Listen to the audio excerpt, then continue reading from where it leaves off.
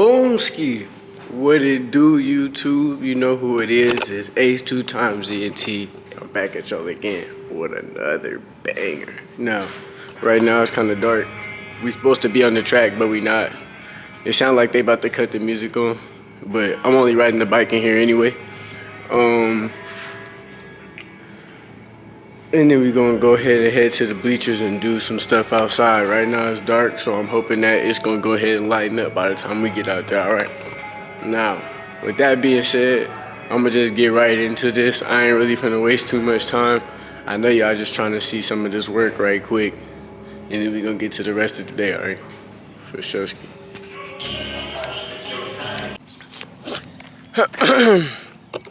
Now see y'all, if y'all wanted to know what that was, basically it's something to, help you breathe or control your breathing. So, I use that when I'm working out. So when I'm not using it, I'm just, getting good deep breaths in. Now look, I said hopefully the light was out by the time we got out here. The light out now. Yes, sir. Y'all already know. I'm gonna start with the hurdle though. It's currently 6:28, 6:30 in the morning. And this is the road to the NFL. Coming back from, an LCL injury is kind of difficult, but I think it's just more so annoying, doing things like re-aggravating injuries and, and just not being able to do what you used to be able to do. But it's only for a short period of time, it's a minor setback for a major comeback. You know what I'm saying? And that's basically what I'm on. I wouldn't say I'm 100% healthy, but I would say that I'm just about healthy enough to go ahead and give me some work in. But I ain't really gonna talk y'all head off. You know what I'm saying? I'm not here to do all of that right now. I'll talk to y'all a little bit later. For now, we're gonna get right to this work. Let's get it. It's never changed. What does losing feel like to you? It's exciting. Why is it exciting? Because it means you have different ways to get better. There are certain things that you can figure out that you can take advantage of, right? Certain weaknesses that were exposed that you need to shore up, right? So it was exciting. I mean, it sucks to lose, right. But the hardest thing is to face that stuff. That's a really, really tough challenge. How did you get mentally and emotionally so strong where it doesn't bother you? Well, you got to look at the reality of the situation. Like for me, it's not, you kind of got to get over yourself, right? And then after that, it's okay, well, why did those air balls happen? Got it. I didn't have the legs. So you look at the shot, every shot was online, but every shot was short, right? I got to get stronger. I got to train differently. The weight training program that I'm doing, I got to tailor it for an 82-game season so that when the playoffs come around, my legs are stronger and that ball gets there. So I look at it with rationale and say, okay, well, the reason why I shot air balls is because my legs aren't there. Well, next year they'll be there.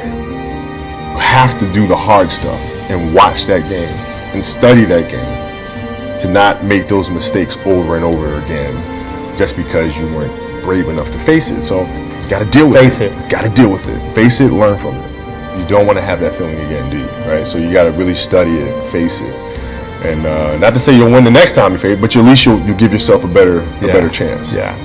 It's an obsessiveness that comes along with it. You want things to be as perfect as they can be, understanding that nothing is ever perfect. But the challenge is try to get them as perfect as they can be. And what can you do? It's in your control. So control what you can. You have this mindset, but how did you develop that? I don't know if that's what you call the Mamba mindset, but how did you develop that? And how did it start? It started in middle school and high school.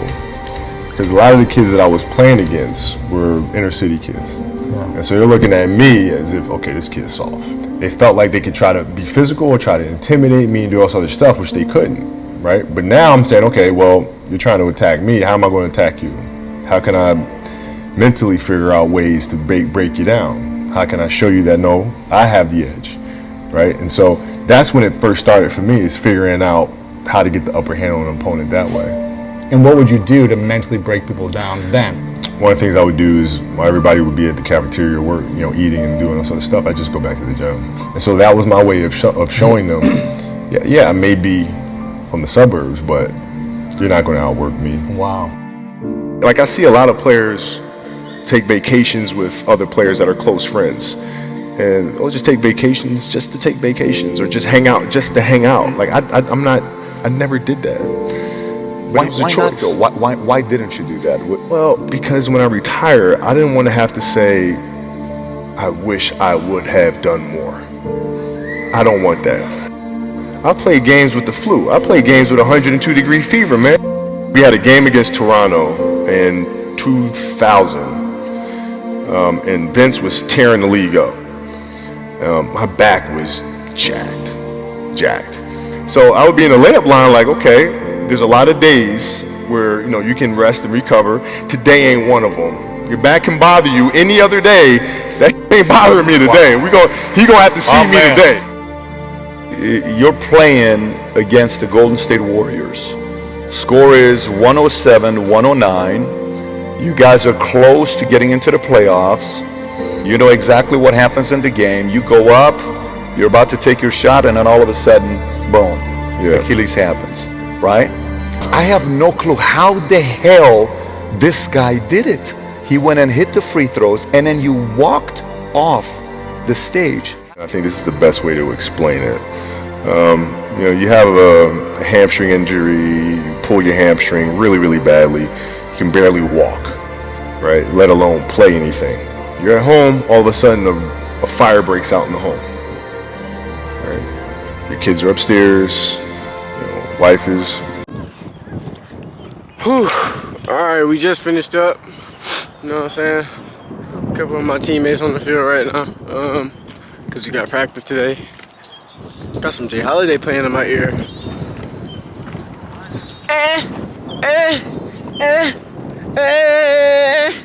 Oh, hey. Nah, I got a meeting.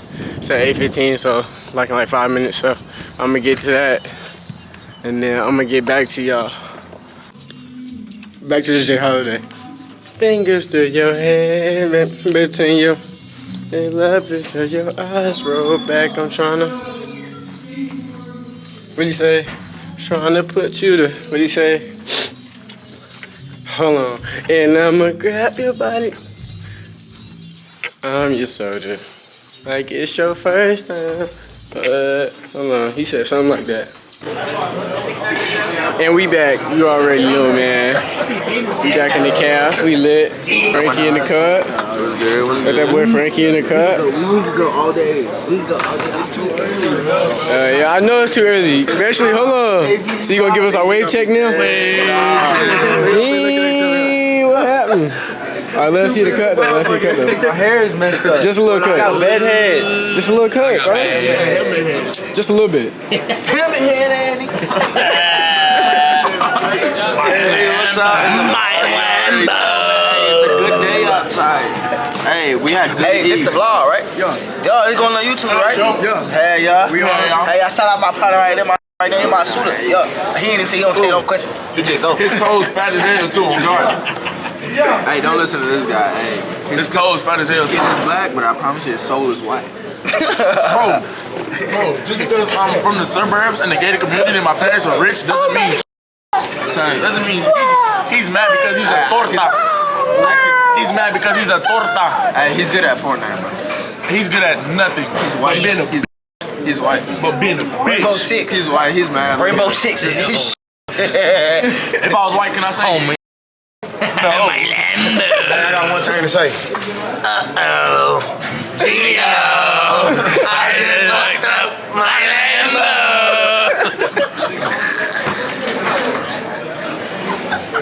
You smooth? You know what I'm saying? You know, fresh little twist, you know what I'm saying? Zaza runs. Easy, fresh little twist. Stop playing with him. You know, Zaza runs. What up, son? Hey, now I'm to the water eat. You know what I'm saying? This morning they went and worked out. You feel me? Well, we went and worked out, but then after we worked out, then they had practice. So you know, we watched that.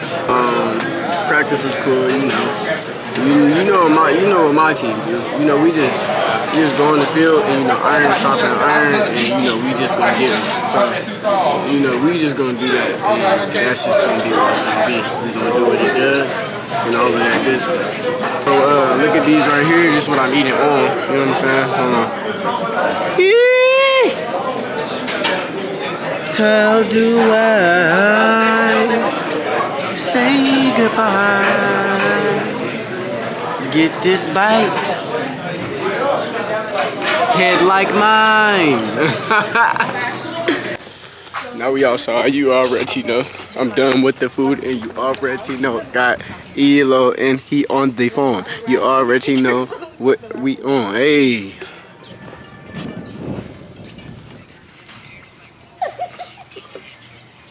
Get the camera down. Hey, nah, look. Nah, y'all, but see, look, now that I'm done, I already went and worked out. I done watched them work out. I done went and got me some eats. You know what I'm saying? It's about that time to go ahead and go get a little bit of rest before I gotta get back on that ground. Cause you know, I mean, I ain't gotta say too much, right? You already know. The return of the Messiah. Hey, look though. Look though. I meant to show y'all the schedule too. I got a whole scheduled regimen. Should I read it off? Or should I just put it in the slide next? Or should I do both? Would that be easy? Let me know, Royalty D1. I'm trying to find out something. You know what I'm saying? Boy, when I tell you I feel so much better after dropping the Browns off in Cleveland. I mean, I am not playing. And if you don't know what that is, that's a doodle. Okay? Sometimes you gotta drop the Browns off in Cleveland.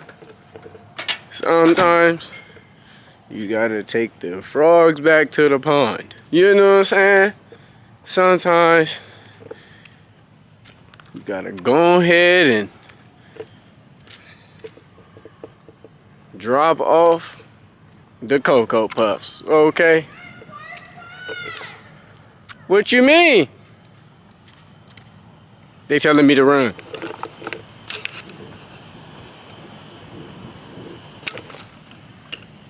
Do they know that we already was running? They called me Sir Run-A-Lot. Sir Runopsis. Sir Runneropsis Rex. Try Runatops. Hey, man. Stop playing with him. Let me. Ain't no way. See, look, now they're waiting. Look at this. Look, now they got me running. What I just told y'all. What I just told y'all. Got me running. You came inside. You. Get me off the camera. Yes, sir. Yes, sir. And we out here once again. You already know. Back on the field. Yeah, I've been using the hurdles. I've been using the hurdles as cones. I used them earlier, and it was pretty cool. You know what I'm saying? Ain't that bad. You know what I'm saying? So, now that we got that out the way, and I'll let you know it's about 3 o'clock.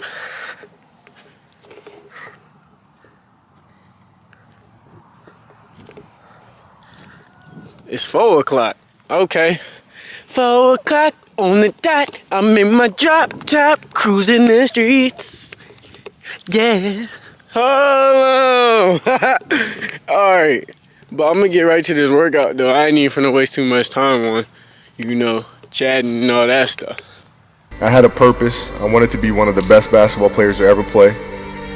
And anything else that was outside of that lane, I didn't have time for. There's a quote from one of my English teachers at Lower Merion named Mr. Fisk. He had a great quote that said, "Rest at the end, not in the middle." And that's something I always live by. You know, I'm not going to rest. I'm going to keep on pushing now. There are a lot of answers that I don't have, even questions that I don't have. But I'm just going to keep going. I'm just going to keep going, and I'll figure these things out as we go, right? And you just continue to build that way. So I try to live by that all the time. At what age did that goal become crystal clear? I made that deal with myself at 13 years old. At 13 years old? 13 years old. That's the you deal were I made. crystal clear about it? Crystal clear. And where did inspiration come from? The love of the game. The love of the game, the challenge. Like I would watch Magic play, I'd watch Michael play, and I would see them do these unbelievable things, and I'd say, you know, can I get to that level? I don't know, but let's find out. Let's find out. And so that curiosity to see where I could push this thing led me down that path, I think. I had a summer where I played basketball when I was like 10 or 11 years old, and here I come playing, and I don't score 1 point the entire summer. Not a free throw, nothing, not a lucky shot, not a breakaway layup, 0 points. And I remember crying about it and being upset about it. And my father just gave me a hug and said, listen, whether you score 0 or score 60, I'm going to love you no matter what. Wow. Now that is the most important thing that you can say to a child. Because from there I was like, okay, that gives me all the confidence in the world to fail. I have the security there. But to hell with that, I'm scoring 60. And from there I just went to work. I stayed with it. I kept practicing. I think that's when the idea of understanding a long-term view became important. Because I wasn't going to catch these kids in a week. I wasn't going to catch them in a year. Right? So that's when I sat down and said, okay, this is going to take some thought. All right? What do I want to work on first? All right, shooting. All right, let's knock this out. Let's focus on this. Half a year, 6 months, do nothing but shoot.